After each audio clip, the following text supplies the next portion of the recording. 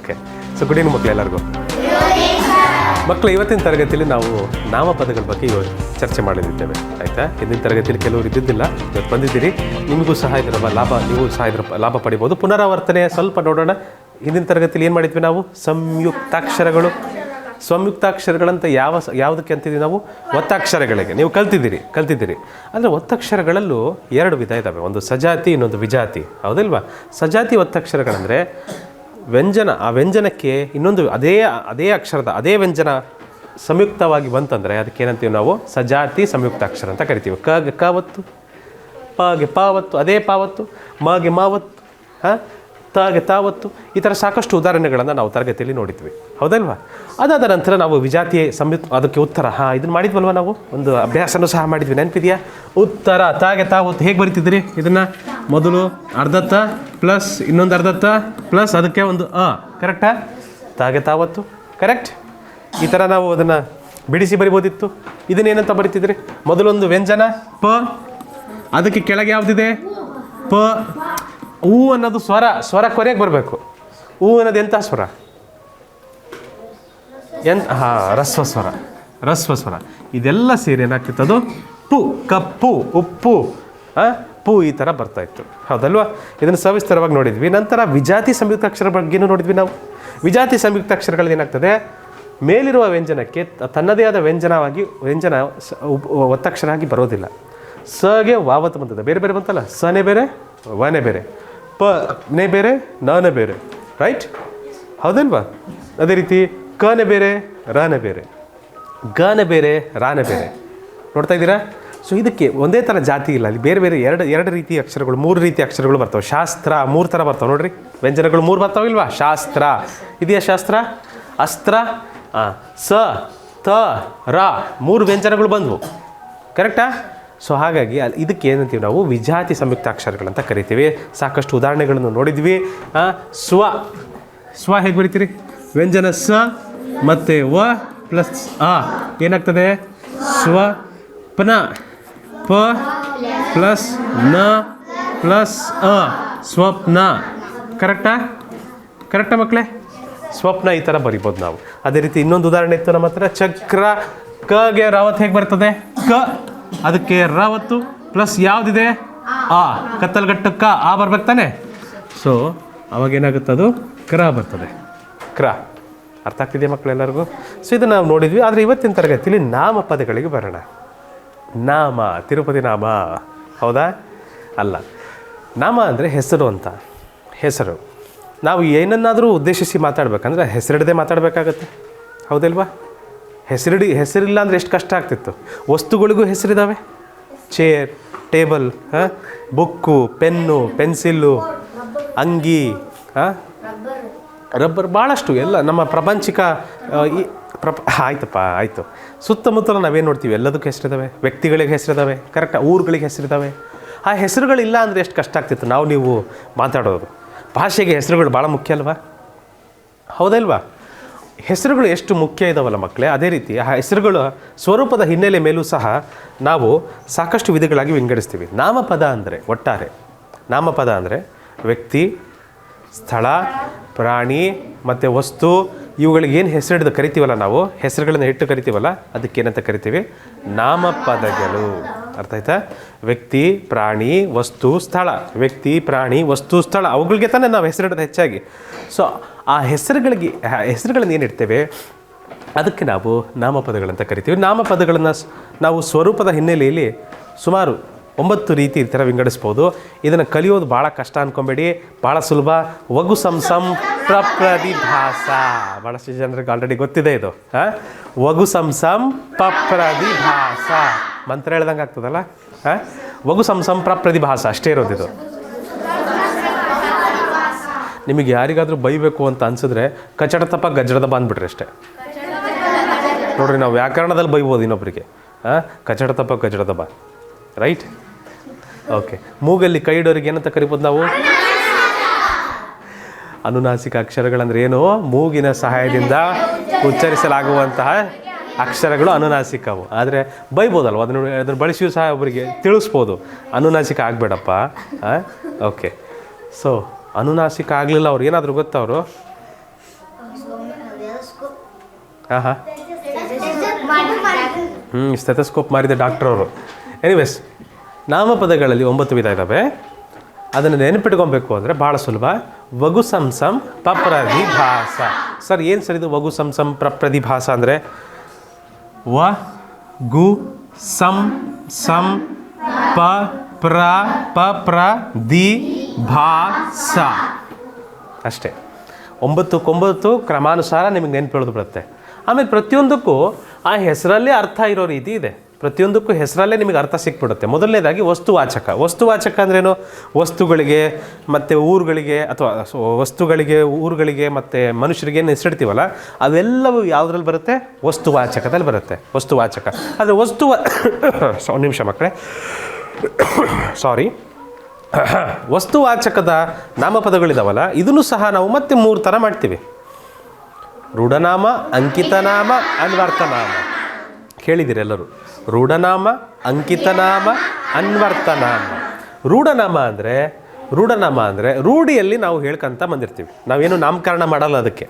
ರೂಢನಾಮಕ್ಕೆ ಸೂರ್ಯ, ಚಂದ್ರ ಅಂತ ನಾಮಕರಣ ಮಾಡಿದ್ದೀವಿ. ಅದಕ್ಕೆ ನಾವು ಭೂಮಿ ಅಂತ ನಾಮಕರಣ ಮಾಡಿದ್ವಿ. ಭೂಮಿಗೆ ಯಾರೋ ಮುಂಚೆ ಒಬ್ರು ಹೇಳಿದ್ರು ಅದಕ್ಕೆ ಸೂರ್ಯ, ಇದಕ್ಕೆ ಚಂದ್ರ ಅಂತಾರೆ ಅಂತ ಹೇಳಿದ್ರು, ಇದಕ್ಕೆ ಮರ ಅಂತಾರೆ ಅಂತ ಹೇಳಿದ್ರು.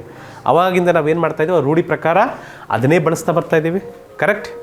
ಉದಾಹರಣೆಗೆ ಕಮಲ, ಗಣೇಶ, ಚಂದ್ರ, ರವಿ, ಪವನ, ಲಲಿತಾ, ಸರೋಜ, ಭಾಳ ಜನ ಭಾಳ ಹೆಸರುಗಳು ಬರ್ತಾವೆ. ಈ ಥರ ರೂಢಿಯಲ್ಲಿ ಬಂದಂಥ ಹೆಸರುಗಳಿಗೆ ನಾವೇನಂತ ಕರಿತೀವಿ? ರೂಢನಾಮ ಅಂತ ಕರಿತೀವಿ.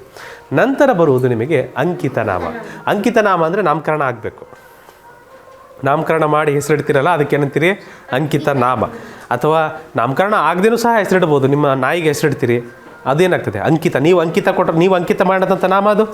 ಅದಕ್ಕೆ ನಾಮಕರಣ ಮಾಡಲ್ಲ, ಬಟ್ ಊರುಗಳಿಗೆ ಹೆಸರಿಡ್ತೀರಿ, ಅದು ನೀವು ಹೇಳ್ತೀರಲ್ವಾ? ಬೆಂಗಳೂರು, ಮಂಗಳೂರು, ಇವೆಲ್ಲವೂ ಅಂಕಿತ ನಾಮಕ್ಕೆ ಸೇರ್ತವೆ. ಸರಿನಾ? ಸೊ ಗಜಾನನ, ಗಣಪತಿ ಎಲ್ಲ ದೇವರ ಹೆಸರುಗಳೇ ಇದ್ದಾವೆ. ಇವೆಲ್ಲವೂ ಏನಾಗ್ತವೆ? ಅಂಕಿತ ನಾಮ. ಅಥವಾ ನಿಮ್ಮ ಹೆಸರುಗಳು ಏನಾಗ್ತವೆ? ನಿಮ್ಮ ತಂದೆ ತಾಯಿ, ನಿಮ್ಮ ಪೋಷಕರ ಹೆಸರುಗಳೆಲ್ಲ ಏನಾಗ್ತವೆ? ಹೌದಲ್ವಾ? ನಿಮ್ಮ ಗೆಳೆಯರ ಹೆಸರು ಏನಾಗ್ತವೆ? ಅರ್ಥ ಆಗ್ತಿದೆಯಾ? ಸೊ ಇದೆಲ್ಲದು ಸಹ ಏನಾಗ್ತದೆ? ಅಂಕಿತನಾಮ. ಮತ್ತೆ ಬರುವುದು ಅನ್ವರ್ಥನಾಮ. ನಂತರ ಬರುವುದು ಅನ್ವರ್ಥನಾಮ. ನರೇಂದ್ರ ಮೋದಿ ಇದು ಎಂಥ ನಾಮ? ಪ್ರಧಾನಮಂತ್ರಿ, ಅನ್ವರ್ಥನಾಮ. ನರೇಂದ್ರ ಮೋದಿ ಇದೇನಾಗ್ತದೆ? ಅಂಕಿತನಾಮ. ಹೆಸರಿಟ್ಟಿದ್ದಾರೆ ತಾನೇ ಅವರಿಗೆ, ಹೌದಾ ಇಲ್ವಾ? ಆದರೆ ಪ್ರಧಾನಮಂತ್ರಿ ಅನ್ನೋದೇನು? ಪದವಿ. ಅದು ಪ್ರಧಾನಮಂತ್ರಿ ಅಂದರೆ ಏನದು? ಅನ್ವರ್ಥನಾಮ. ಅಥವಾ ವ್ಯಾಪಾರಿ ಅನ್ನೋದು ಅನ್ವರ್ಥನಾಮ. ರೋಗಿ, ಪಂಡಿತ, ಕುಂಬಾರ, ದಾನಿ, ಅವರ ರೂಪ ಗುಣ ನೋಡಿ ಒಂದು ಹೆಸರು ಕೊಡ್ತಾರೆ. ಆಯಿತಾ? ಟೀಚರು, ಸ್ಟೂಡೆಂಟ್ಸು, ಶಿಕ್ಷಕರು, ವಿದ್ಯಾರ್ಥಿಗಳು, ಆಮೇಲೆ ಹುಚ್ಚ, ದಾನಿ, ವಕೀಲ, ಮಂತ್ರಿ, ಗಿಡ್ಡ, ಜಮೂರ, ಮಗ, ಪದ್ಮ ಬರಲ್ಲ, ಪ್ರಧಾನಿ, ಹಳವ ಬರಲ್ಲ, ರೋಗಿ ಬಂದಿದೆ ಅಲ್ವಾ? ರೋಗಿ, ಅಳಿಯಾರು ಬೇಡ, ಪಂಡಿತ, ರಾಷ್ಟ್ರಪತಿ ಬಂದಿದೆಯಾ? ತೊಂದರೆ ಇಲ್ಲ. ಸಾಧು, ಕುರುಡ, ಕಿವುಡ, ಇವೆಲ್ಲ ಏನಾಗ್ತವೆ? ಅನ್ವರ್ಥ ನಾಮಗಳಾಗ್ತವೆ, ಅಂಕಿತ ನಾಮಗಳಲ್ಲ. ಅವರ ವ್ಯಕ್ತಿತ್ವ, ಅವರ ಗುಣ, ಅವರ ಸಾಧನೆ, ಅವರ ರೂಪ, ಇದನ್ನೆಲ್ಲ ನೋಡಿಬಿಟ್ಟು ಅವ್ರಿಗೆ ಇದನ್ನು ಕೊಡ್ತಾರೆ, ಬಿರುದು ಕೊಡ್ತಾರೆ. ಇವೆಲ್ಲವೇನಾಗ್ತವೆ? ಅನ್ವರ್ಥ ನಾಮ. ನೆನಪಿದೆಯಾ? ಮೂರು ಥರದ ನಾಮಪದಗಳು. ವಸ್ತುವಾಚಕ ಮೊದಲನೇದು ವಗು ಸಂಸಂ. ವಗು ವಾದಲ್ಲಿದ್ದೀವಿ ನಾವು. ವಸ್ತುವಾಚಕ ಅದರಲ್ಲಿ 3 ಥರ ಇದ್ದಾವೆ. ರೂಢನಾಮ ಅಂದರೆ ರೂಢಿಯಲ್ಲಿ ಬಂದಂತಹ ಹೆಸರುಗಳು, ರೂಢಿಯಲ್ಲಿ ಬಂದಂತಹ ನಾಮಪದಗಳು, ಅವಕ್ಕೆ ರೂಢನಾಮ ಅಂತೀವಿ. ಅಂಕಿತನಾಮ ಅಂದ್ರೇನು? ಹೆಸರನ್ನು ಇಟ್ಟಿರ್ತೀವಿ ನಾವೇ, ಅದಕ್ಕೇನಂತೀವಿ? ಅಂಕಿತನಾಮ ಅಂತ ಹೇಳ್ತೀವಿ. ಅನ್ವರ್ಥನಾಮ ಅಂದರೆ ಅಲ್ಲ, ಮೊದಲಿನಿಂದ ಇಟ್ಟದ್ದು ರೂಢನಾಮ. ಕನ್ಫ್ಯೂಷನ್ ಬೇಡಪ್ಪ. ಮೊದಲಿನಿಂದ ನೀವೇನು ಕರಿತಾ ಇದ್ದೀರಾ ಅದು ರೂಢನಾಮ. ರೂಢಿಯಲ್ಲಿ ಬಂದಂತಹ ಹೆಸರುಗಳು ರೂಢನಾಮ. ನೀವು ಈಗ ಇಟ್ಟಿರೋದು ಏನಾಗ್ತದೆ? ಅಂಕಿತನಾಮ. ಆಮೇಲೆ ಅನ್ವರ್ಥನಾಮ ಅಂದರೆ ಅವರ ವ್ಯಕ್ತಿತ್ವ, ಅವರ ಸಾಧನೆ, ಅವರ ಗುಣಗಳಿಗೆ. ಲಾಯರ್, ಹೌದಲ್ವಾ? ವಕೀಲರು ಓದ್ಕೊಂಡೆ ತಾನೇ ಅವ್ರು ಸಾಧನೆ ಮಾಡಿದ್ದದನ್ನು. ವೈದ್ಯರು, ಶಿಕ್ಷಕರು, ವಿದ್ಯಾರ್ಥಿಗಳು, ಕಿವುಡ, ಮೂಗ, ಅವರ ಗುಣಗಳನ್ನು, ಅವರ ವ್ಯಕ್ತಿತ್ವವನ್ನು ನೋಡಿ ಅವರ ಒಂದು ಸಾಧನೆಗೆ ನಾವು ಹೇಳ್ತೀವಿ ಅನ್ವರ್ಥನಾಮ ಅಂತ. ಅವುಗಳ ಹೆಸರುಗಳೇನೆಂತ ಕರಿತೀವಿ? ಅನ್ವರ್ಥನಾಮ. ಸಣ್ಣ ಮಕ್ಕಳೇ, ನಂತರ ಬರೋಣ ಗು ಅಂದರೆ ಗುಣವಾಚಕ. ಗುಣವಾಚಕ ಅಂದರೆ ಏನು ಹೇಳುತ್ತೆ? ಗುಣ ಹೇಳುತ್ತಷ್ಟೇ, ಅದು ಸುಲಭ, ಹೌದಲ್ವಾ? ಗುಣವಾಚಕ ಅಂದರೆ ಏನು ಹೇಳ್ತದೆ? ಅದು ಗುಣವನ್ನು ಹೇಳ್ತದೆ. ಯಾರೊಬ್ರು ಕೆಮ್ತಿದ್ರಿಲ್ಲ ಇಲ್ಲಿ ಜೋರಾಗಿ? ಓಕೆ, ಸ್ವಲ್ಪ ಹಿಂದೆ ಕೂರ್ತೀರಾ ಪ್ಲೀಸ್? ನೋಡಿರಿ, ಬೇರೆಯವ್ರಿಗೆ ತೊಂದರೆ ಆಗುತ್ತೆ, ನೀವು ಹಿಂದೆ ಕೂತ್ಕೊಡಪ್ಪ, ಆಯಿತಾ? ಓಕೆ. ಒಳ್ಳೆಯ, ಒಳ್ಳೆಯ, ಕೆಟ್ಟ, ಬೆಳ್ಳಗೆ, ಕಪ್ಪು, ಚಂದ, ಕೊಳಕು, ಸಣ್ಣ, ದೊಡ್ಡ, ಇವೆಲ್ಲ ಏನು ಹೇಳ್ತದೆ? ಹೇಗಿದ್ದಾರೆ ಅಂತ ವರ್ಣಿಸಿ ಹೇಳ್ತಾ ಇದೆ, ವಿಶೇಷತೆಯನ್ನು ತೋರಿಸ್ತಾ ಇದೆ. ಹೌದಾ ಇಲ್ವಾ? ಇದು ಗುಣಗಳನ್ನು ತೋರಿಸ್ಕೊಡ್ತಾ ಇದೆ. Yes or no? ಸೊ ಇದಕ್ಕೇನಂತ ಕರಿಬೋದು ನಾವು? ಗುಣವಾಚಕ ಅಂತ ಕರಿಬೋದು. ಹೌದಾ ಇಲ್ವಾ? ಸೊ ಇವೆಲ್ಲವೂ ಗುಣವಾಚಕ ಬರ್ತದೆ. ಹೊಸ, ಬಿಸಿ, ತಣ್ಣಗೆ, ಕಹಿ, ಸಿಹಿ, ಕುರೂಪ, ಭಾರ, ಹಗುರ, ಗಟ್ಟಿ, ಮೃದು ಎಲ್ಲದೂ ಸಹ ನಾವು ಗುಣವಾಚಕಕ್ಕೆ ಸಂಬಂಧಪಟ್ಟದ್ದು ಅಂತ ಹೇಳ್ಬೋದು. ಗುಣವಾಚಕಕ್ಕೆ ಸಂಬಂಧಪಟ್ಟದ್ದು ಅಂತ ಹೇಳ್ಬೋದು. ನಂತರ ಬರುವುದು ಸಂಖ್ಯಾವಾಚಕ. ಸಂಖ್ಯಾವಾಚಕದಲ್ಲಿ ಮಕ್ಕಳೇ ಎಷ್ಟಿದ್ದಾವೆ ಅಂತ ತೋರಿಸ್ಕೊಡುತ್ತೆ. ಅದು ಅರ್ಥ ಆಯ್ತಾ? ಎಷ್ಟಿದೆ ಅಂತ ತೋರಿಸ್ಕೊಡುತ್ತೆ. ಆದರೆ ಇದು ಒಂದು ತಪ್ಪಾಗಿದೆ, ಅಪರಿಮಿತ ಬರೋದಿಲ್ಲ. ಆಯಿತಾ? ಇದರಲ್ಲಿ ಅಪರಿಮಿತ ಸೇರೋದಿಲ್ಲ. ಸಂಖ್ಯೆಗಳಲ್ಲಿ ನಿರ್ದಿಷ್ಟವಾಗಿ ಇಷ್ಟಿದೆ ಅಂತ ಹೇಳುತ್ತದು. ಒಂದು ವಾರ, ದ್ವಿತೀಯ ದರ್ಜೆ, ಅಥವಾ ವರ್ಷಕ್ಕೊಮ್ಮೆ, ಶತಮಾನ, 100 ವರ್ಷ. ಹೌದಾ? ನಿರ್ದಿಷ್ಟವಾಗಿ ನಮಗೆ ಒಂದು ಇದು ಸಿಗುತ್ತೆ, ಪರಿಮಾಣ ಸಿಗುತ್ತೆ. ಇದಕ್ಕೇನಂತೀವಿ? ಸಂಖ್ಯಾವಾಚಕ ಅಂತ ಕರಿತೀವಿ. ಇಲ್ಲೊಂದು, ಇಲ್ಲಿ 1, 100, 200, 1, 2, 3 ಎಲ್ಲ ಇದರಲ್ಲಿ ಬರುತ್ತೆ. ಸಂಖ್ಯಾವಾಚಕದಲ್ಲಿ ಬರುತ್ತೆ. ನಿಮ್ಮ ಸಂಪೂರ್ಣ ಗಣಿತದಲ್ಲಿ ಬರ್ತದೆ. ಸಂಖ್ಯಾವಾಚಕದಲ್ಲೇ ಸೇರ್ತದೆ ಅಲ್ಲ ಬಹುತೇಕ. ಹೌದಾ ಇಲ್ವಾ? ಒಂದು ತಿಂಗಳು, ಕ್ಷಮಿಸಿ, ಚತುರ್ಮಾಸ, ಕಾಲು ಭಾಗ, ಅರ್ಧ ಭಾಗ, ಮುಕ್ಕಾಲು ಭಾಗ ಎಲ್ಲ ಯಾರಿಗೆ ಸೇರ್ತದೆ? ಸಂಖ್ಯಾವಾಚಕ. ಸಂಖ್ಯೆಗಳನ್ನು ವ್ಯಕ್ತಪಡಿಸುವ ಶಬ್ದಗಳಿಗೆ ನಾವೇನಂತ ಕರಿತೀವಿ? ಸಂಖ್ಯಾವಾಚಕ. ಸಂಖ್ಯೇಯ ವಾಚಕ. ಸಂಖ್ಯೇಯ ವಾಚಕ. ಸಂಖ್ಯೆ ಜೊತೆಗೆ ಇನ್ನೊಂದನ್ನು ಸೇರಿಸ್ಬಿಟ್ರೆ ಏನಾಗುತ್ತೆ? ಸಂಖ್ಯೇಯ ವಾಚಕ ಆಗುತ್ತೆ. ಒಬ್ಬ, ಒಂದು ಅನ್ಬೋದಿತ್ತು, ಒಂದು ವ್ಯಕ್ತಿ, ಒಬ್ಬ. ಹೌದಲ್ವಾ? ಸಂಖ್ಯೆನೂ ಇದೆ, ಎಷ್ಟು ಜನ, ಒಬ್ಬ ವ್ಯಕ್ತಿನೂ ಇದ್ದಾರೆ, ವಸ್ತುನೂ ಇದೆ. ಸೊ ಈ ಥರ ಎರಡು ಜೊತೆಗೆ ಬಂದುಬಿಟ್ರೆ ಏನಂತೀವಿ? ಸಂಖ್ಯಾವಾಚಕ ಅಲ್ಲ, ಅದು ಸಂಖ್ಯೇಯ ವಾಚಕ. ಸಂಖ್ಯೆನಲ್ಲದೆ ಇನ್ನೂ ಅದಿದೆ, ಇನ್ನೂ ವಸ್ತುಗಳ ಬಗ್ಗೆನೂ ಮಾಹಿತಿ ಕೊಡ್ತದೆ. 1ನೆಯ ತರಗತಿ. ಹೌದಲ್ವಾ? ಅಥವಾ ಇಬ್ಬರು, 2 ವ್ಯಕ್ತಿ, ಇಬ್ಬರು ಹೇಳ್ಬೋದಾ? ಸೊ ಈ ಥರ ಈರ್ವರು, 2ನೆಯ, 3, ಮುಮ್ಮಡಿ, 3ನೆಯ, 4, 4ಮಡಿ, 4ನೆಯ ಇವೆಲ್ಲವೂ ಏನಾಗ್ತವೆ? ಸಂಖ್ಯೆ ಅಲ್ಲದೆ ಬೇರೆದ್ರ ಬಗ್ಗೆನೂ ಹೇಳ್ಕೊಡ್ತವವು. ಅದಕ್ಕಾಗಿ ಅವನೇನಂತ ಕರಿತೀವಿ? ಸಂಖ್ಯೇಯ ವಾಚಕ. ಸರಿನಾ? ನನ್ನ ಆರೋಗ್ಯದಲ್ಲಿ ಸ್ವಲ್ಪ ಏರ್ಪೇರಾಗಿದೆ ಮಕ್ಕಳೇ, ತೊಂದರೆ ಆದರೆ ಕ್ಷಮಿಸ್ಬಿಡಿ. ಪರಿಮಾಣ ವಾಚಕ. ಪರಿಮಾಣ ವಾಚಕ ಅಂದರೆ ಗಾತ್ರನ ಹೇಳುತ್ತದು. ಭಾಳ ಜಾಸ್ತಿ ಇದೆಯಾ, ಭಾಳ ಕಡಿಮೆ ಇದೆಯಾ, ಎಷ್ಟಿದೆ ಅನ್ನೋದು ಹೇಳುತ್ತೆ. ಆದರೆ ಇಷ್ಟೇ kg, 50 kg ಇದೆ ಅಥವಾ 100 ಗ್ರಾಮ್ ಇದೆ, ಈ ಥರ ಸಂಖ್ಯೆನ ಆಧರಿಸಿ ಕೊಡೋದಿಲ್ಲ, ಸಂಖ್ಯೆ ಬಗ್ಗೆ ಹೇಳೋದಿಲ್ಲ. ಆಯಿತಾ? ಇದು ಇಲ್ಲಿ ಅಪರಿಮಿತ ಬರುತ್ತೆ. ಏನು ಬರುತ್ತೆ? ಅಪರಿಮಿತ. ಅಪರಿಮಿತ. ಎಷ್ಟಿತ್ತಪ್ಪ ಅಲ್ಲಿ? ಗುಡ್ಡದಷ್ಟಿತ್ತು, ಅಥವಾ ಆನೆಯಷ್ಟಿತ್ತು. ಆನೆ ಎಷ್ಟಿತ್ತ? ಇಲ್ಲ. ಗುಡ್ಡದಷ್ಟಿತ್ತು, ಆನೆಯಷ್ಟಿತ್ತು, ಅಷ್ಟಿತ್ತು. ಅಲ್ಲ, ಅಲ್ಲೇನೂ ಇಲ್ಲ. ದೂರದಲ್ಲಿದೆ, ಭಾಳ ದೂರದಲ್ಲಿದೆ. ಎಷ್ಟು ದೂರ ಇದೆ? ಬಹಳ ದೂರ ಇದೆ. ಎಷ್ಟು ಊರುಗಳಿದ್ದಾವೆ? ಕೆಲವು ಊರುಗಳಿದ್ದಾವೆ. 5 ಊರು ಅಂತ ಹೇಳಿದ್ರೆ, 1 ಊರು ಅಂತ ಹೇಳಿದ್ರೆ, ಎಷ್ಟು ಊರು ಅಂತ ಹೇಳಿದ್ದಾರೆ? ಹಾಗಾದರೆ ಎಷ್ಟು ಊರವು ಗೊತ್ತಿಲ್ಲ? ಸ್ವಲ್ಪ ಊರುಗಳು ಅಂತ. ಆ ಥರ ಗಾತ್ರದ ಬಗ್ಗೆ ಹೇಳೋದು, ಈ ಥರ ಮಾಹಿತಿಯನ್ನು ಕೊಡೋದಕ್ಕೆ ನಾವೇನಂತ ಕರಿತೀವಿ? ಪರಿಮಾಣ ವಾಚಕ. ನಿರ್ದಿಷ್ಟವಾಗಿ ಇಷ್ಟೇ ಅಂತ ಹೇಳಲ್ಲ, ಬಟ್ ಇದಕ್ಕೆ ನಾವು ಗಾತ್ರದ ಬಗ್ಗೆ ಒಂದು ಅಂದಾಜು ಕೊಡೋದಕ್ಕೆ ನಾವು ಏನಂತ ಹೇಳ್ಬೋದು? ಪರಿಮಾಣ ವಾಚಕ ಅಂತ ಹೇಳ್ತೀವಿ. ಹನುಮಂತ್ ಸರಿಯಾಗಿ ಕೂರ್ಬೇಕಪ್ಪ ಕ್ಲಾಸಲ್ಲಿ. ಇನ್ನೊಂದು ಸರಿ ಹೇಳಲ್ಲ ನೋಡಪ್ಪ ನಾನು. ಪ್ರಕಾರವಾಚಕ. ಪ್ರಕಾರವಾಚಕದಲ್ಲಿ ಏನಂತ ಹೇಳ್ಬೋದು? ಅದು ವಿಂಗಡಣೆ ಮಾಡ್ತದೆ. ಅಂಥದ್ದು, ಇಂಥದ್ದು, ಅಂಥವನು, ಇಂಥವನು, ಎಂಥ, ಈ ಥರ ಪ್ರಕಾರ ಮಾಡ್ತೀವಲ್ಲ ಪ್ರಕಾರಗಳಾಗಿ, ಅದಕ್ಕೇನಂತೀವಿ ನಾವು? ಪ್ರಕಾರವಾಚಕ ಅಂತ ಕರಿತೀವಿ. ಸರಿನಾ? ಇದಕ್ಕೆ ನಾವು ಪ್ರಕಾರವಾಚಕ ಅಂತ ಕರಿತೀವಿ. ಹೆಸರಲ್ಲಿ ಅರ್ಥಗಳಿದ್ದಾವೆ. ದಿಗ್ವಾಚಕ ಅಂದರೆ ದಿಕ್ಕನ್ನು ತೋರಿಸುವ ನಾಮಪದಗಳಿಗೆ ದಿಗ್ವಾಚಕ ಅಂತ ಕರಿತೀವಿ. ಪೂರ್ವ, ಪಶ್ಚಿಮ, ಉತ್ತರ, ದಕ್ಷಿಣ, ವಾಯುವ್ಯ, ನೈಋತ್ಯ, ಆಗ್ನೇಯ, ಈಶಾನ್ಯ ಇದೆಲ್ಲದಕ್ಕೂ. ಮತ್ತು ಇನ್ನೊಂದು ಹೆಸರುಗಳಿದ್ದಾವೆ, ಗೊತ್ತಿದೆಯಲ್ಲ? ಪರ್ಯಾಯ ಹೆಸರುಗಳಿದ್ದಾವೆ ಕನ್ನಡದಲ್ಲಿ. ಪೂರ್ವಕ್ಕೆ ಏನಂತ ಕರಿತೀವಿ? ಮೂಡಣ. ಪಶ್ಚಿಮಕ್ಕೆ ಏನಂತ ಕರಿತೀವಿ? ಪಡುವಣ. ಉತ್ತರಕ್ಕೆ ಬಡಗಣ, ದಕ್ಷಿಣಕ್ಕೆ ತಂಕಣ, ಸಂಕಣ, ಈಶಾನ್ಯ, ಕೊಂಗಣ, ಆಗ್ನೇಯ, ವಂಕಣ, ನೈಋತ್ಯ, ಕೊಂಕಣ, ವಾಯುವ್ಯ, ಮೂಡಲು, ಪಡುವಲು, ತೆಂಕಲು, ಬಡಗಲು, ಈ ಥರನೂ ಹೇಳ್ಬೋದು ನಾವು. ಸರಿನಾ? ಈ ಹೆಸರುಗಳು ಗೊತ್ತಿರಬೇಕು ನಿಮಗೆ. ದಿಕ್ಕನ್ನು ತೋರಿಸುವುದಕ್ಕೆ ದಿಗ್ವಾಚಕ ಅಂತ ಕರಿತಿದ್ವಿ. ಆಯಿತಾ? ಭಾವನಾಮ ವಾಚಕಗಳು ಅಂದರೆ ಭಾವನೆಯನ್ನು ವ್ಯಕ್ತಪಡಿಸುವಂತಹ ನಾಮಪದಗಳು. ಇದಕ್ಕೆ ನಾವೇನಂತೀವಿ? ಭಾವನಾಮ ವಾಚಕಗಳು. ಭಾವನೆ ಬಗ್ಗೆ ತಿಳಿಸಿಕೊಡ್ತವೆ ನಮ್ಮ ಮನಸ್ಸಿಗೆ. ಸೊ ಹಾಗಾಗಿ ಇದನ್ನು ಭಾವನಾಮವಾಚಕ ಅಂತ ಕರಿತೀವಿ. ಆನಂದ, ದುಃಖ, ಸಂತೋಷ, ಕೋಪ, ಸಿಟ್ಟು, ಪ್ರೀತಿ, ಭಯ, ಕನಿಕರ, ಕರುಣೆ, ಆಸೆ, ಹೊಟ್ಟೆ ಕಿಚ್ಚು, ಅಸೂಯೆ, ಹೆಮ್ಮೆ, ಮೋಹ, ಅಭಿಮಾನ, ದ್ವೇಷ, ನಾಚಿಕೆ, ಆತಂಕ, ಪಶ್ಚಾತ್ತಾಪ, ಅನುಕಂಪ ಇವೆಲ್ಲವೂ ಯಾರಿಗೆ ಸೇರ್ತವೆ ಮಕ್ಕಳೇ? ಭಾವನಾಮ ವಾಚಕಗಳಿಗೆ ಸೇರ್ತವೆ. ನಂತರ ಬರುವುದು ಸರ್ವನಾಮಗಳು.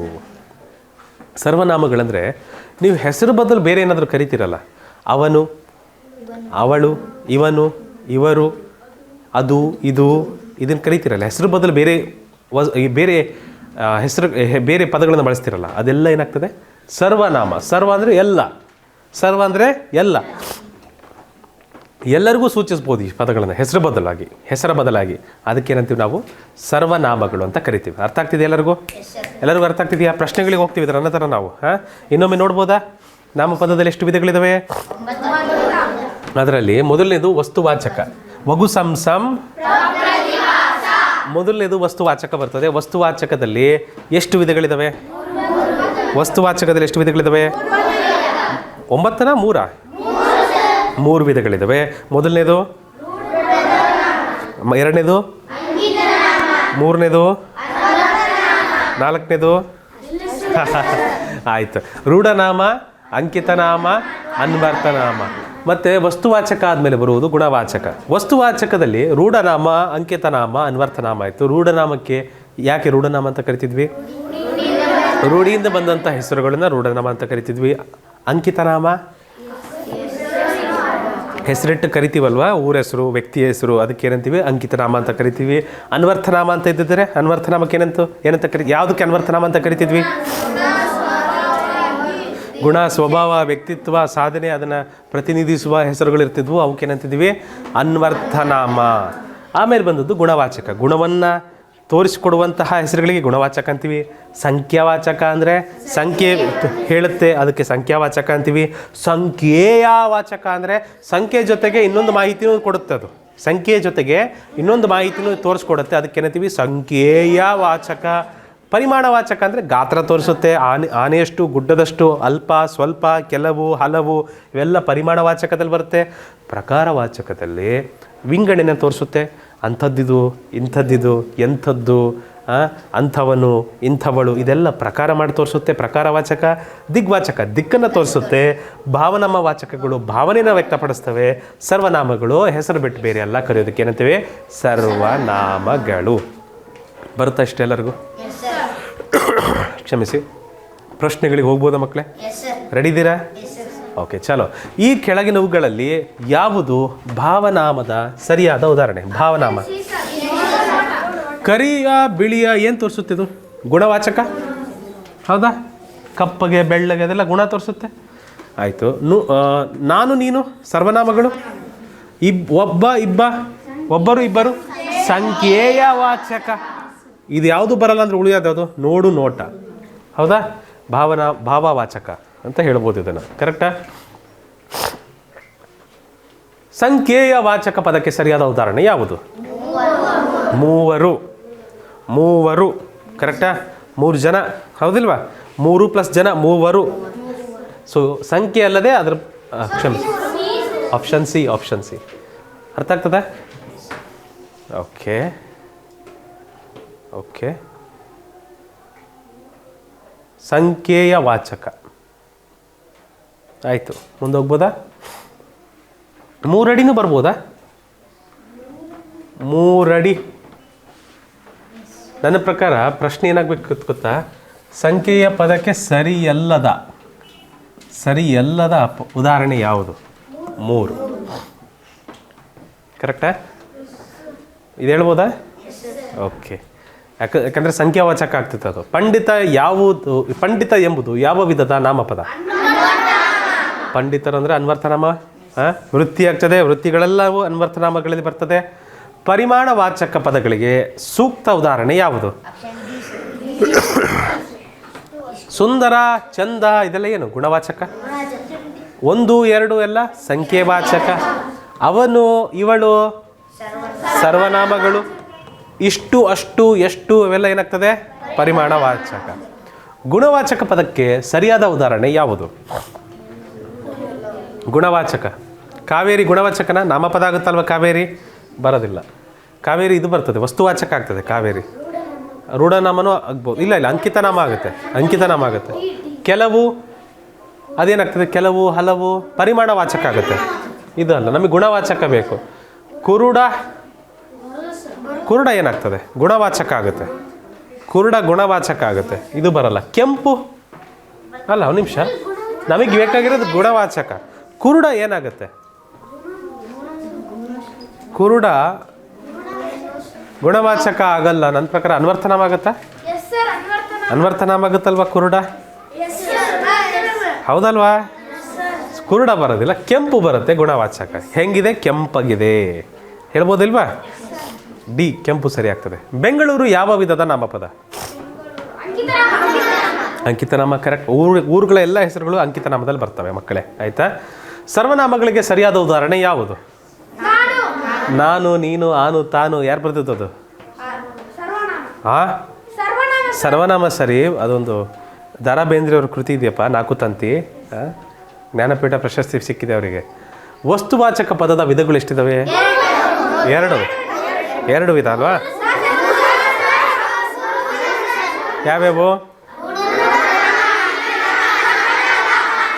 ರೂಢನಾಮ, ಅಂಕಿತನಾಮ, ಅನ್ವರ್ಥನಾಮ. 3 ವಿಧಗಳಿದ್ದಾವೆ. ಕರೆಕ್ಟ್. ವಕೀಲ ಎಂಬ ಪದ ಎಂಬುದು ಯಾವ ವಿಧದ ನಾಮಪದ? ಅನ್ವರ್ಥನಾಮ ಆಗ್ತದೆ. ಪ್ರಕಾರವಾಚಕ ಪದಗಳಿಗೆ ಸರಿಯಾದ ಉದಾಹರಣೆ ಯಾವುದು? ಎಷ್ಟು, ಎಂಥ, ಎಷ್ಟು, ಇಷ್ಟು, ಅಷ್ಟು ಎಲ್ಲ ಯಾರಿಗೆ ಸೇರ್ತದೆ? ಇದು ಪರಿಮಾಣವಾಚಕ. ಎಂಥ ಅನ್ನೋದು ಪ್ರಕಾರವಾಚಕ ಸೇರ್ತದೆ. ಎಲ್ಲಿ, ಇದು ಯಾರಿಗೆ ಸೇರ್ತದೆ? ಎಲ್ಲಿ ಅನ್ನೋದು ಪ್ರಶ್ನಾರ್ಥಕ ಆಗ್ತದೆ, ಬರೋದಿಲ್ಲ. 2 ಸಂಖ್ಯಾವಾಚಕ. ಕರೆಕ್ಟ್. ಮರ ಯಾವ ವಿಧದ ನಾಮಪದ? ಮರ ಏನದು? ರೂಢನಾಮ. ಆದರೆ ಬೇವಿನ ಮರ ಆದರೆ ಏನಾಗುತ್ತೆ? ಅದು ಅಂಕಿತನಾಮ ಆಗುತ್ತೆ. ಹೆಸರು ನಾವಿಟ್ಟಿದ್ದೀವಿ ಅದಕ್ಕೆ, ಅಂಕಿತನಾಮ ಆಗ್ತದೆ. ಅರ್ಥ ಆಯ್ತಾ? ಓಕೆ. ಭಾವನಾಮ ಪದಗಳಿಗೆ ಸರಿಯಾದ ಉದಾಹರಣೆ ಯಾವುದು? ಆನೆ, ಕುದುರೆ ಯಾವುದು ಆಗ್ತದೆ? ವಸ್ತುವಾಚಕ ಆಗ್ತದೆ. ಆನೆ, ಕುದುರೆ ವಸ್ತುವಾಚಕದಲ್ಲಿ ಬರ್ತವೆ. ಆಡು, ಆಟ, ಅವನು, ಅವಳು ಅನ್ವರ್ಥನಾಮ, ಸರ್ವನಾಮ. ಅಷ್ಟು ಇಷ್ಟು ಪರಿಮಾಣವಾಚಕ. ಇವ್ಯಾವು ಬರೋದಿಲ್ಲ. ಉಳಿದದ್ದು ಆಡು, ಆಟ, ಇದು ಭಾವನಾಮ ಅಂತ ಹೇಳ್ಬೋದು ನಾವು, ಆಯಿತಾ? ಓಕೆ. ಸಂಖ್ಯಾವಾಚಕ ಪದಕ್ಕೆ ಸರಿಯಾದ ಉದಾಹರಣೆ ಯಾವುದು? ಒಂದು. ಸಂಖ್ಯಾವಾಚಕ ಒಂದು ಅಷ್ಟೇ, ಸಂಖ್ಯೆನಷ್ಟೇ ತೋರಿಸುತ್ತೆ ಅದು. ಒಬ್ಬರು ಅಂದರೆ ಸಂಖ್ಯೆ ಮತ್ತು ವ್ಯಕ್ತಿ, ಅದು ಸಂಖ್ಯೆಯ ವಾಚಕ. ಸಂಖ್ಯೆ ಜೊತೆಗೆ ಬೇರೆದ್ರ ಬಗ್ಗೆ ಹೇಳ್ಬಿಟ್ರೆ ಅದು ಸಂಖ್ಯೆಯ ವಾಚಕ ಆಗ್ಬಿಡುತ್ತೆ. ಒಂದನೆಯ ತರಗತಿ, ಒಂದನೆಯ ಅಂದರೆ ಬೇರೆಯವ್ರಿಗೆ ತೋರಿಸ್ತಾ ಇದ್ದಾರೆ ಅದನ್ನು, ಅಂದರೆ ಏನಾಗ್ತದೆ? ಅದು ಸಂಖ್ಯೆಯ ವಾಚಕ. ಒಬ್ಬ ವ್ಯಕ್ತಿ, ಒಂದು ಪ್ಲಸ್ ವ್ಯಕ್ತಿ, ಒಬ್ಬ ಸಂಖ್ಯೆಯ ವಾಚಕ. ಸಂಖ್ಯೆ ಜೊತೆಗೆ ಇನ್ನೂ ಹೆಚ್ಚಿನ ಮಾಹಿತಿ ಸಿಕ್ಕರೆ ಸಂಖ್ಯೆಯ ವಾಚಕ. ನಮಗೆ ಬೇಕಾಗಿದ್ದು ಸಂಖ್ಯಾವಾಚಕ. ಅದು ಆಪ್ಷನ್ ಏನಿದೆ ಮಕ್ಕಳೇ, ಸರಿನಾ? ಓಕೆ. ಯಾವುದು ರೂಢನಾಮದ ಉದಾಹರಣೆ? ರಮೇಶ ಅಂಕಿತನಾಮ, ವ್ಯಾಪಾರಿ ಅನ್ವರ್ಥನಾಮ, ಹೆಚ್ಚು ಪರಿಮಾಣವಾಚಕ, ಮನುಷ್ಯ ರೂಢನಾಮ. ಆದರೆ ಮನುಷ್ಯನಿಗೆ ಹೆಸರಿಟ್ರೆ ನಾವು ಆ ಮನುಷ್ಯನಿಗೆ ಯಲ್ಲಪ್ಪ ಅಂತ ಹೆಸರಿಟ್ಟವಪ್ಪ, ಅವಾಗ ಯಲ್ಲಪ್ಪ ಅನ್ನೋದು ಏನಾಗ್ತದೆ? ಅಂಕಿತನಾಮ ಆಗ್ತದೆ. ಓಕೆ. ಚಾಮುಂಡಿ ಬೆಟ್ಟ ಯಾವ ವಿಧದ ನಾಮಪದ? ಚಾಮುಂಡಿ ಬೆಟ್ಟ ಯಾವ ವಿಧದ ನಾಮಪದ? ಅಂಕಿತನಾಮ ಸರಿಯಾದ ಉತ್ತರ. ಹೆಸರುಗಳು, ಊರುಗಳ ಹೆಸರುಗಳು, ಬೆಟ್ಟದ ಹೆಸರು ಎಲ್ಲ ಅಂಕಿತನಾಮ ಆಗ್ತವೆ, ಆಯಿತಾ? ಈ ತಪ್ಪು ಮಾಡಬಾರ್ದು ನಾವು. ಓಕೆ. ಈ ಕೆಳಗಿನವುಗಳಲ್ಲಿ ಬಾಯಿಲಿ ಪೆನ್ ಇಡದೆ ನಾವು ವಸ್ತುವಾಚಕ ನಾಮಪದ ಯಾವುದಂತ ಹೇಳ್ಬೋದು? ವಸ್ತುವಾಚಕ. ಸುಂದರ ಗುಣವಾಚಕ, ಇಷ್ಟು ಅಷ್ಟು ಎಷ್ಟು ಪರಿಮಾಣವಾಚಕ, ನದಿ ವಸ್ತುವಾಚಕ, ನಾನು ನೀನು ಆನು ತಾನು ಸರ್ವನಾಮಗಳು. ಕರೆಕ್ಟ್. ಸೊ ಹಾಗಾಗಿ ಆಪ್ಷನ್ ಸಿ ಕರೆಕ್ಟ್ ಆಗ್ತದೆ. ದೊಡ್ಡತನ ಯಾವ ವಿಧದ ನಾಮಪದ? ಭಾವನಾಮ. ಕರೆಕ್ಟಾ? Right, very good. ಸಂಖ್ಯೆಯ ವಾಚಕಕ್ಕೆ ಸರಿಯಾದ ಜೋಡಿ ಯಾವುದು? 1 1ರಿಂದ 2 2, 3 3 4 4. ಸಂಖ್ಯೆ ಜೊತೆಗೆ ಬೇರೆದು ಸೇರ್ತಂದರೆ ವಿಷಯ ಅವಾಗೇನಾಗುತ್ತೆ ಸಂಖ್ಯೆಯ ವಾಚಕ. ಅರ್ಥ ಆಯ್ತಾ ಮಕ್ಕಳೇ? ಮುಂದಿನ ಪ್ರಶ್ನೆ, ಪರಿಮಾಣವಾಚಕ ಪದಗಳು ಏನನ್ನು ಸೂಚಿಸುತ್ತವೆ? ವಸ್ತುವಿನ ಗಾತ್ರವನ್ನು ಸೂಚಿಸ್ತವೆ. ಅಷ್ಟು, ಇಷ್ಟು, ಅನೇಕಷ್ಟು, ಆನೆಯಷ್ಟು, ಗುಡ್ಡದಷ್ಟು. ಕುಂಬಾರ ಯಾವ ವಿಧದ ನಾಮಪದ? ಕುಂಬಾರ ಅಂದರೆ ಅದು ವೃತ್ತಿ ಹೆಸರು. ಅದು ಯಾರಿಗೆ ಸೇರ್ತದೆ? ಅನ್ವರ್ಥ ನಾಮಕ್ಕೆ ಸೇರ್ತದೆ. ಕರೆಕ್ಟ್ ಮಕ್ಕಳೇ. ಯಾವುದು ಗುಣವಾಚಕ ಪದಗಳಿಗೆ ಜೋಡಿ? ಗುಣವಾಚಕ ಪದಗಳಿಗೆ ಜೋಡಿ ಸುಂದರ, ಹೊಸಾದು. ಇದು ಗುಣ ತೋರಿಸ್ತದಲ್ವಾ? ಆಪ್ಷನ್ ಎ ಸರಿ ಆಗ್ತದೆ. ಗುಡ್. ನಡೆ, ನಡತೆ ಯಾವ ವಿಧದ ನಾಮಪದ? ಭಾವನಾಮ, ಅನ್ವರ್ಥನಾಮ, ಅಂಕಿತನಾಮ, ರೂಢನಾಮ. ಭಾವನಾಮ ಕರೆಕ್ಟ್. ಪ್ರಕಾರವಾಚಕ ಪದಗಳು ಏನನ್ನು ಸೂಚಿಸುತ್ತವೆ? ವಸ್ತುಗಳ ಹೆಸರು, ವಸ್ತುಗಳ ಸಂಖ್ಯೆ, ವಸ್ತುಗಳ ಸ್ಥಿತಿ, ವಸ್ತುಗಳ ಗಾತ್ರ. ವಸ್ತುಗಳ ಸ್ಥಿತಿ ತೋರಿಸುತ್ತೆ, ಹೌದಾ ಇಲ್ವಾ? ಯಾವ ಪ್ರಕಾರದ ವಸ್ತುಗಳಂತ ತೋರಿಸ್ಕೊಡುತ್ತೆ ಅದು, ರೈಟ್? ಅವರು ಮತ್ತು ನಾವು ಯಾವ ವಿಧದ ಪದಗಳಿವು? ಅವರು, ಇವರು, ನಾವು, ಆನು, ತಾನು ಎಲ್ಲ ಏನಾಗ್ತದೆ? ಸರ್ವನಾಮಗಳು. ಹೆಸರಿಗೆ ಬದಲಾಗಿ ಹೇಳುವಂತಹ ಪದಗಳವು. ಗುಡ್ಡದಷ್ಟು ಯಾವ ವಿಧದ ಪದ? ಪರಿಮಾಣವಾಚಕ. ಪರಿಮಾಣಗಳನ್ನು ತೋರಿಸ್ಕೊಡ್ತದೆ ಅದು. ಕರೆಕ್ಟ್. ಈ ಕೆಳಗಿನವುಗಳಲ್ಲಿ ಯಾವುದು ಅಂಕಿತ ನಾಮದ ಉದಾಹರಣೆ? ಭಾರತ ಹೆಸರಲ್ವಾ ಅದು? ವ್ಯಾಪಾರಿ ಅಂದರೆ ಏನಾಗ್ತದೆ? ಅನ್ವರ್ಥನಾಮ. ಮನುಷ್ಯ ರೂಢನಾಮ. ಹಸು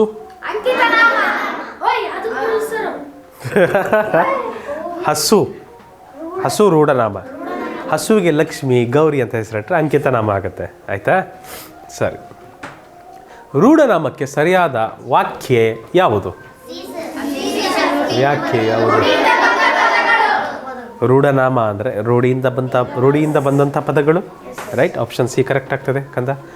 ಭಾವನಾಮ ಪದಗಳು ಏನನ್ನು ಸೂಚಿಸುತ್ತವೆ? ಭಾವನೆಗಳನ್ನು ಸೂಚಿಸುತ್ತದೆ. ಒಪ್ತೀರಾ? ಫ್ಯಾಂಟಾಸ್ಟಿಕ್. ಅಂಥವನು, ಇವು ಯಾವ ವಿಧದ ಪದಗಳು? ವರ್ಗೀಕರಣ ಮಾಡ್ತವೆ, ಹೌದಲ್ವಾ? ಅಂಥವರು, ಇಂಥವರು ಅಂತ ಇದರ ಪ್ರಕಾರಗಳಾಗಿ ವರ್ಗೀಕರಿಸ್ತವೆ. ಅವಕ್ಕೆ ಏನಂತೀವಿ ನಾವು? ಪ್ರಕಾರ ವಾಚಕ ಅಂತ ಕರಿತೀವಿ. ಸರ್ವನಾಮ ಪದಗಳ ಬಳಕೆ ಯಾವುದು? ಗುಣಪದದ ಬದಲಿಗೆ ಸರ್ವನಾಮ ಬಳಸ್ತೀವ ಅಥವಾ ನಾಮಪದದ ಬದಲಿಗೆ ಸರ್ವನಾಮ ಬಳಸ್ತೀವ? ಅವ್ಯಯದ ಬದಲಿಗೆ, ಕ್ರಿಯಾಪದದ ಬದಲಿಗೆ? ನಾಮಪದಗಳ ಬದಲಿಗೆ ನಾವೇನು ಬಳಸ್ತೇವೆ? ಸರ್ವನಾಮಗಳನ್ನು ಬಳಸ್ತೀವಿ. ಮಕ್ಕಳು, ಎಷ್ಟು ಪ್ರಶ್ನೆಗಳು ಮತ್ತು ಚರ್ಚೆಯೊಂದಿಗೆ ನಿಮ್ಮ ನಾಮಪದದ ಬಗ್ಗೆ ವಿವರಣೆ ಇಲ್ಲಿಗೆ ಮುಕ್ತಾಯವಾಗ್ತದೆ. ನೆನಪಿದೆಯಾ? ನಾಮಪದಗಳಲ್ಲಿ ಎಷ್ಟು ವಿಂಗಡಗಳಿದ್ದಾವೆ? ಯಾವ್ಯಾವು? ವಗು, ಸಂಸಂ, ಪ್ರತಿಭಾಸ. ಆಯಿತಾ? ವಗು, ಸಂಸಂ, ಪ್ರತಿಭಾಸ. ವದಲ್ಲಿ ಮತ್ತೆ 3 ಥರ ಇದ್ದಾವೆ: ರೂಢನಾಮ, ಅಂಕಿತನಾಮ, ಅನ್ವರ್ಥನಾಮ.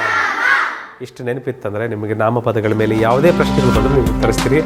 ಮುಂದಿನ ನಮ್ಮ ತರಗತಿಗಳಲ್ಲಿ ನಾವು ಲಿಂಗಗಳು ಮತ್ತು ವಚನಗಳ ಚರ್ಚೆ ಮಾಡ್ತೀವಿ. ಅಲ್ಲಿವರೆಗೂ ನಿಮ್ಮ ಅಭ್ಯಾಸ ನಿರಂತರವಾಗಿರಲಿ. ನೆನಪಡಿ, ಈಸಿ ಕೆಜಿ ಕ್ಲಾಸಸ್ ನಿಮ್ಮ